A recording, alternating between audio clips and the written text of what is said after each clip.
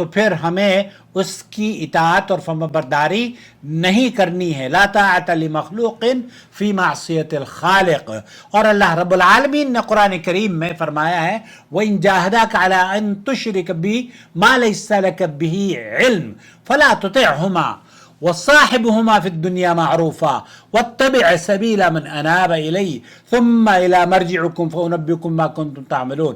تو قرآن کریم میں اللہ تعالیٰ نے جو ہمیں قاعدہ بیان کیا ہے وہ یہ کہ آپ کو اگر والدین تم پر زور دے کہ میرے ساتھ شرک کرو جس کا تمہیں علم نہیں تو ان کا کہنا نہ مانیں، لیکن دنیا میں ان کے ساتھ حسن سلوک سے پیش آتے رہیں. یہ بالکل اس بات کا بین ثبوت ہے کہ آپ نے ان کے ساتھ انہیں پیسہ دیا لیکن ان کے اوپر پابندی عائد کر دی کہ بھئی میرے پیسے کو آپ شرک و بدعات میں میری طرف سے تعاون نہیں ہے، یہ میری طرف سے آپ کے اخراجات ہیں، لیکن آپ اگر اس کو اجمیر کے لیے، کلیر کے لیے اور درگاہ شریف پہ چادر چڑھانے کے لیے، وہاں جھکنے اور سجدے کرنے کے لیے استعمال کرتی ہیں تو مجھے اس بات کی میں آپ کو اپنے مال سے اجازت نہیں دیتا. تو یہ تو آپ نے بہت اچھا کیا جب ان کے ساتھ حسن سلوک آپ نے کیا تو اس پہ کچھ پابندیاں عائد کر دیں. اور ہم بھی یہ دعا کرتے ہیں کہ اللہ تعالیٰ ہر مسلمان کو شرک و بدعات سے بچا لے، خرافات سے بچا لے، چاہے وہ دیوبندی ہوں یا بریلوی ہوں یا شیعہ ہوں. ہم یہ سارے کے سارے کلمہ پڑھنے والے ہیں، اللہ تعالیٰ ان کو ہدایت نصیب فرمائے. کون ہے جو شرک کرنا چاہتا ہے؟ کوئی بھی نہیں چاہتا نا.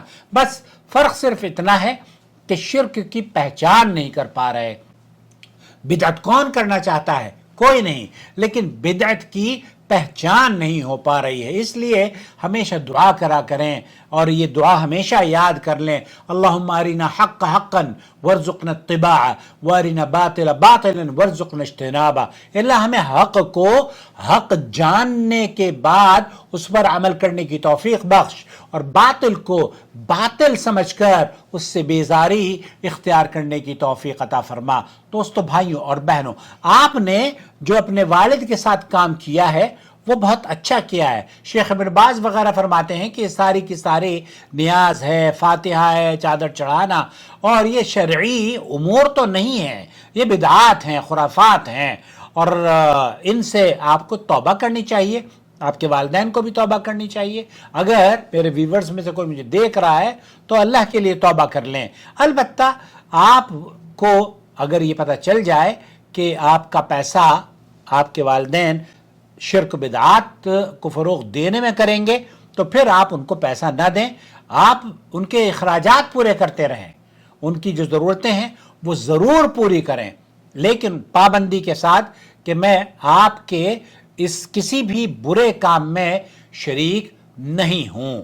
اور عملی نصیحت، والدین کو نرمی اور محبت سے سمجھائیں کہ یہ اعمال بدعت ہیں، خرافات ہیں، اور انہیں پیسے دیتے وقت یہ ضرور بتا دیں کہ اسلام نے جن چیزوں پر ان پیسوں کا خرچ کرنے کی اجازت دی ہے میں بھی آپ کو انہی کے لیے پیسے دے رہا ہوں.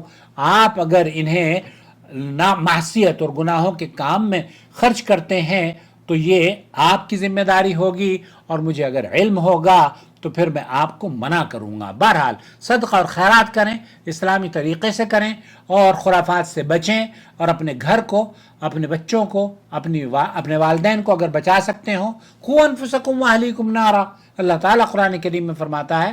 تو ہمیں کوشش کرنی چاہیے کہ ہم اپنے بچوں کو، اپنے رشتہ داروں کو جہنم کی آگ سے بچائیں، اور حتی المقدور کوشش کریں کہ ان کی اطاعت اور فرمانبرداری صرف معروف جو نیکی کے کام ہیں ان میں ہم اطاعت اور فرمانبرداری کریں گے. اور جب وہ یہ کہیں گے کہ ہمیں اجمیر کے لیے پیسے دے دو، نظام الدین کے لیے پیسے دے دو، کلیر کے لیے پیسے دے دو، یا پھر تبلیغی جماعت کے جو اکابر ہیں وہ بھی بہت سارے قبروں سے عقیدت اور نیاز رکھتے ہیں، کیونکہ مفتی تقی عثمانی صاحب بھی اپنے بھائی کے بارے میں لکھتے ہیں کہ جناب وہ تو قبر سے بھی فیضیاب وہ مرنے کے بعد بھی فیضیاب ہوتے رہے ہیں اور ان کا فیض کبھی ختم نہیں ہوتا، مرنے کے بعد بھی ان کے فیض جاری اور ساری رہتے ہیں۔ تو بہت ساری چیزوں میں تو دیوبندی اور بریلوی کم از کم ایک ہی نظر آتے ہیں، اب بس یہ ہے کہ وہ کھل کر نہیں نظر آتے اور بریلوی بھائی کھل کر کھاتے ہیں۔ اللہ تعالیٰ ان دونوں کو ہدایت نصیب فرمائے۔ مجھے تو مفتی طارق مسعود صاحب بھی کہہ رہے تھے کہ صبح سے شام تک عاقل صاحب کو تو سوائے ان دیوبندی اور بریلویوں کے اور کچھ، بھائی میرا بھی دیوبندی تھا، اس لیے مجھے جو نظر آتے ہیں اپنے لوگ ان کی اصلاح چاہتا ہوں۔ اللہ تعالیٰ مجھے توفیق دے کہ میں اپنے بھائیوں کی نجات کا سبب بن جاؤں، اور اگر کسی کی اصلاح ہو گئی تو شاید میری اور آپ کے لیے وہ جنت کا دخول کا سبب بن جائے۔ آپ بھی اگر اس چینل کو سپورٹ کر رہے ہیں تو یقین کیجئے کہ آپ صدقہ جاریہ کے حصے دار ہیں، اور آپ اگر سپورٹ کرنا چاہتے ہیں تو جوائن ممبرشپ کے ذریعے سپورٹ کیجئے، صدقہ جاریہ کا حصہ بنیے، شرک و بدعات سے لوگوں کو بعض دور رہنے کی دعوت ہمارے ساتھ شامل ہو جائیے۔ اس دعوت میں آئیں، ہم مل کر قرآن و سنت کی دعوت کو عام کریں اور شرک و بدعات سے لوگوں کو روکیں۔